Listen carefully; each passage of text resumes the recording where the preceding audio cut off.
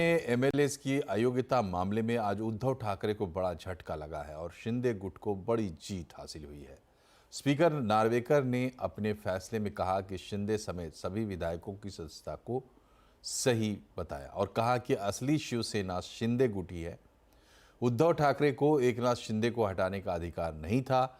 नार्वेकर ने यह भी कहा कि 1999 के शिवसेना के संविधान का उन्होंने हवाला दिया। साथ ही कहा कि 2018 में शिवसेना संविधान में बदलाव का रिकॉर्ड चुनाव में नहीं था, चुनाव आयोग के पास नहीं था। The Shinde faction was the real political party when rival factions emerged. 2. Shri Sunil Prabhu ceased to reflect the will of the political party from the moment rival factions emerged. Thus, it would not be correct to say that Shri Sunil Prabhu had any authority to call any meeting of the SSLP. Hence, on this ground alone, petitioner's case that the respondents were liable to be disqualified for non-attendance of the meeting dated 22nd June 2022 must be rejected. Again, even if I was to take different view about which faction was the real political party, still the respondents could not have been held disqualified on the grounds that respondent deliberately remained absent in the SSLP meeting held on 22nd June 2022 for the following reasons.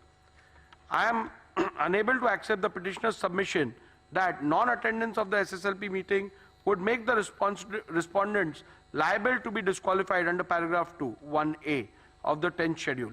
I am of the view that non-attendance of party meetings, including legislature party meetings, would not attract disqualification under paragraph 2, 1A of the 10th schedule of the Constitution. और अब आपको सीधा लिए चलते हैं शिवसेना की press conference में, जहां संजय राउत स्पीकर के फैसले पर प्रतिक्रिया दे रहे हैं।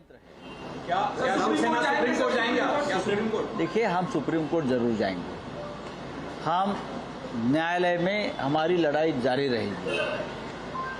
ये जो कोई विधानसभा के स्पीकर है जिसको ट्राइब्यूनल का अधिकार दिया था सुप्रीम कोर्ट ने, उनको एक बहुत बड़ा नया इतिहास लिखने का मौका मिला था। संविधान के आधार पर निर्णय देने का और इतिहास निर्माण करने का उनको एक बहुत बड़ा मौका मिला था। वो मौका गंवाया है और इस व्यक्ति ने भी महाराष्ट्र के पीठ में खंजीर खुपसा है।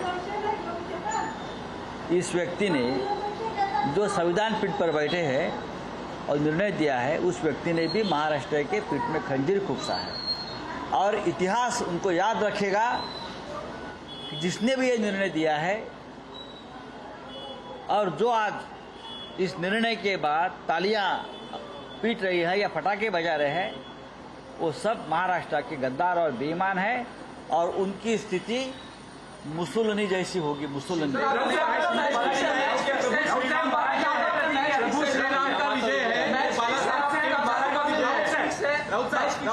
ये मैच फिक्सिंग है। हम सुबह कहा था ये मैच फिक्सिंग है। ये मैच फिक्सिंग के सिवाय दूसरा कुछ नहीं है।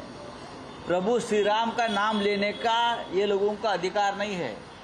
प्रभु श्री राम दशरथ राजा अपने पिता के लिए वनवास चले गए और ये लोगों ने अपने पिता बाला साहब ठाकरे, राजनीतिक पिता बाला साहब ठाकरे की शिवसेना को वनवास में भेजने का काम किया है, भारतीय जनता पार्टी के गुलाम होकर। उद्धव ठाकरेंची प्रतिक्रिया आली आहे। खरी शिवसेना ही शिंदेची असल्याचं विधानसभा अध्यक्षांनी निकाल दिलेला आहे।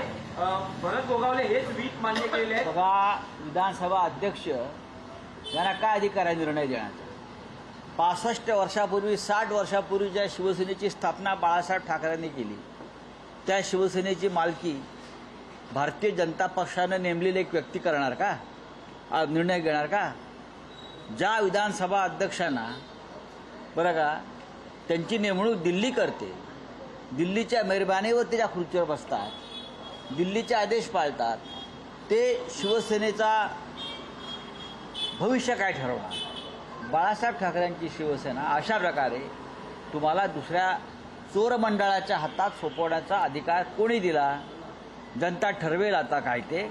पण ज्यांनी हे निर्णय दिले, जे आज फटाके वाजवत आहेत, जे आज आनंद व्यक्त करत आहेत, त्यांच्या म्होरक्यांची अवस्था ही इटलीतल्या मुसोलिनीसारखी होईल, हे लक्षात घ्या। लोक त्यांना सोडणार नाहीत. बाळासाहेब ठाकरेंच्या शिवसेनेची अशी अवस्था करणं, ती मातीमोल करण्याचा प्रयत्न करणं, हा महाराष्ट्राच्या पाठीत, मराठी माणसाच्या पाठीत खंजीर खुपसण्याचा अत्यंत अघोरी प्रकार आहे. पण शिवसेना यातून उभी राहील, उभी राहते, लक्षात घ्या. आमचं आव्हान आहे, निवडणुका घ्या आणि कोणती शिवसेना हे आता तुम्ही ठरवा. माझं बोलणं पूर्ण होऊ द्या. इलेक्शन कमिशन हे चोरांचे सरदार आहेत. सर्वोच्च न्यायालयाने दिलेला निर्णय काय आहे? भरत गोगावले बेकायदेशीर व्हीप आहे. सुनील प्रभू हे खरे व्हीप आहेत. गव्हर्नरची केलेली संपूर्ण कृती बेकायदेशीर आहे. गव्हर्नरला बहुमत ठरवण्याचा अधिकार नाही हे सर्वोच्च न्यायालयानं सांगितलेलं आहे. या देशाचं सर्वोच्च न्यायालय शहाणं